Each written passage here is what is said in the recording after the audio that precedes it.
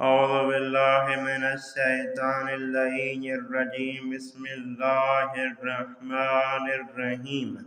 آج ہمارا 12واں درس کتاب مہارت خواندن سے۔ آج کے درس کی بھی سب سے پہلے فارسی عبارت پڑھتا ہوں تاکہ آپ کے لیے فارسی پڑھنا آسان ہو۔ اس کے بعد اس درس کا آپ کو خلاصہ بتاؤں گا، پھر لفظ بائے لفظ درس کا ترجمہ کروں گا۔ نیفرین دہقانی در کنارے مدرش ہمسائی داشت، او ہمیشہ دہقان را اذیت می کرد۔ دہقان چندین بار به همسایش گفت اذیت کردن همسایه کار خوبی نیست، اما مرد به حرفهای دهقان گوش نمی کرد. دهقان مجبور شد که به همسایه‌های دیگر بگوید. همسایه‌ها جمع شدند و با او صحبت کردند، ولی بعد هم فایده نداشت. دهقان خیلی ناراض شد، به همین سبب پیش قاضی رفت و از همسایش شکایت کرد. قاضی چون با شخص مرد آزار رفیق بود، فقط دستهایش را بلند کرد و او را نفرین کرد و حکم دیگری نداد. دهقان خیلی عصبانی شد و بدون حرف زدن به طرف خانه‌اش حرکت کرد.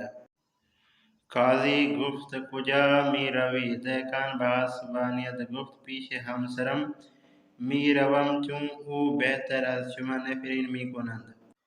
اب درس کا خلاصہ سن لیں، پھر لفظ بائے لفظ ترجمہ اور تشریح آپ دوستوں کے لیے۔ سب سے پہلے لفظ دہقانی۔ دہقانی کا معنی ہے کشاورز۔ کشاورز کا معنی بھی ہے کشاورز اور دہقانی کا معنی بھی ہے کشاورز۔ کشاورز یعنی کھیتی باڑی کرنے والا۔ کشاورز کا معنی بھی کیا ہے؟ کھیتی باڑی کرنے والا شخص۔ سب سے پہلے تو آپ یہ لفظ اپنے ذہن میں بٹھا لیں۔ دوسرا لفظ اس درس کا ہے نیفرین۔ نیفرین کا معنی ہے برا بھلا کہنا یا بد دعا کرنا۔ برا بھلا کہنا یا بد دعا کرنا۔ آپ نے نیفرین کا معنی بھی جان لیا اور دہقانی کا معنی بھی جان لیا۔ دہقانی کا معنی ہے کشاورزی یعنی کشاور یعنی کھیتی باڑی کرنے والا۔ اس درس کا خلاصہ یہ ہے کہ ایک کشاورز کا ہمسایہ تھا جو اس کو بہت اذیت کرتا تھا۔ اس نے اس کو کہا کہ بھائی اپنے ہمسائے کو اذیت دینا یہ کوئی اچھا کام نہیں ہے، پھر بھی وہ مرد وہ انسان باز نہیں آیا۔ اس نے پھر اپنے دوسرے ہمسایوں کو بتایا کہ اس کو کہیں، اس سے بات کریں کہ بھائی وہ مجھے اذیت نہ کرے۔ سب نے اس کو مل کر سمجھایا لیکن اس شخص پر کوئی اثر نہیں ہوا۔ پھر یہ شخص جس کو اذیت کی جاتی تھی یہ قاضی کے پاس گیا اور اپنے ہمسائے کی جا کر کے قاضی سے شکایت کرتا ہے۔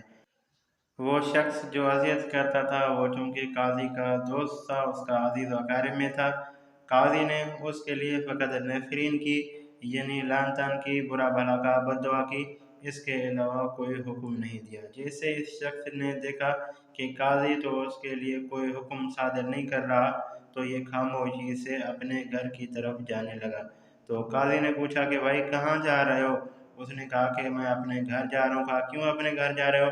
کہا کہ جو آپ نے نفرین کیا اس کو برا بھلا کہا ہے، اس سے تو کئی گنا میری بیوی اس کو برا بھلا کہہ سکتی ہے۔ اگر برا بھلا کہنے کے لیے میں آپ کے پاس آیا تو وہ تو اس سے آپ سے بہتر میری بیوی کر سکتی ہے، ٹھیک ہے؟ میں تو آپ کے پاس اس لیے آیا تھا تاکہ آپ کوئی حکم صادر کریں گے، کوئی اس کو سزا دیں گے۔ آپ تو کوئی حکم صادر نہیں کر رہے، نہ ہی کوئی اس کو سزا دے رہے ہیں، فقط برا بھلا کہہ رہے ہیں، تو برا بھلا آپ سے میری بیوی زیادہ کہہ سکتی ہے اس کو۔ اب درس کا لفظ بائے لفظ ترجمہ۔ سب سے پہلا لفظ ہے نیفرین۔ نیفرین کا معنی ہے بد دعا کرنا یا کسی کو برا بھلا کہنا۔ دہقان در کنارے مدرش ہمسائی داشت۔ دہقان کے کنارے یعنی جہاں پہ دہقان کھیتی باڑی کرتا تھا اس کے کنارے یعنی اس کے قریب ہمسائی داشت، اس کا ایک ہمسایہ تھا۔ وہ ہمیشہ دہقان را اذیت می کرد، وہ ہمیشہ دہقان کو اذیت کرتا رہتا تھا۔ دہقان یعنی کشاورز کا پڑوسی۔